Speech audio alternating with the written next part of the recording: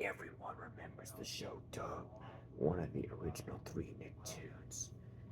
It seemed like a pretty normal show about the challenges of a young boy faced in his daily life, but I always got a weird feeling for it, compared to be more negative and anxiety centered.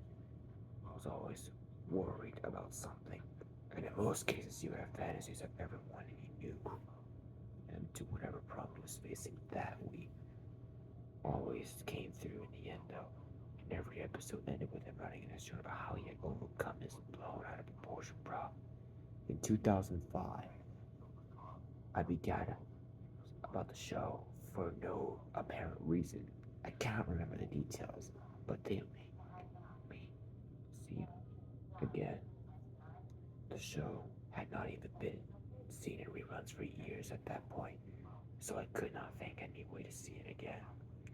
To my surprise, however, it came back for 1 week in the fall of 2005, airing at 6 a.m. on weekdays, 5 days. The first four episodes I remember, but they did not sync up with He's Perfect. It had been a while, so I just chalked up some flaws in my memories. The Friday episode, though, was something was positive I'd never seen before. It started with a normal intro with the line drawings, but the characters never appeared. The lines continued as normal, reacting as if normal characters were there. Once the intro ended, it switched to the show to show Doug in a dark room, writing his journal. He was not narrating this time like he usually did. He just silently wrote for about a minute. The screen faded out, and the usual episode title screen appeared. Yet there was no skit this time. There were just giant letters forming the title, Doug's Real Life. The episode opened with Doug eating breakfast. He was giving a voiceover about how there was a big test he had neglected studying for. As his family was having a normal conversation, the screen started flashing.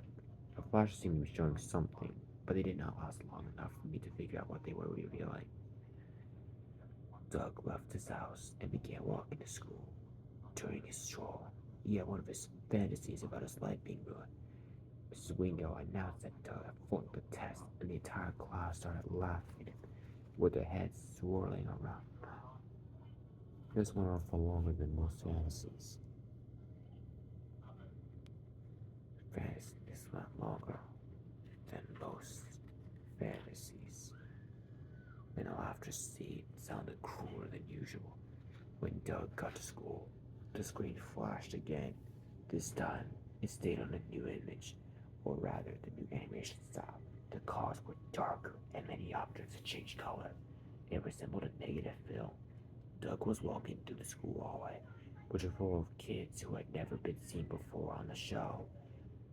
No one paid any attention to him, but Doug got to his desk. The animation switched back to normal.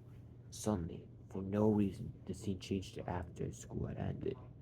Doug was walking home, worrying to himself about the test. Upon reaching his house, his dog Pork greeted him, began talking to him, until the screen turned into a hum, and Doug's house became decrepit. And Doug went into his house, acting as if he was talking to someone, though it was completely deserted. After interacting with invisible people for a while, he sat down at an empty table. The screen flashed again, and Doug's son was there with him, eating dinner. The phone rang, and Doug's mom answered it. He thought it was the teacher, calling to tell him about how he flunked the test. Fancy about his parents yelling at him for failing. In it, they grew to be gigantic. His became twisted and dark red. The screen flashed back to an empty house. Doug was crying and apologizing, but no one was there in the room. There was no one there else in the room. He went up to his bedroom, just so completely empty except for a book and a pencil. Doug picked up the book and started writing. He narrated this time.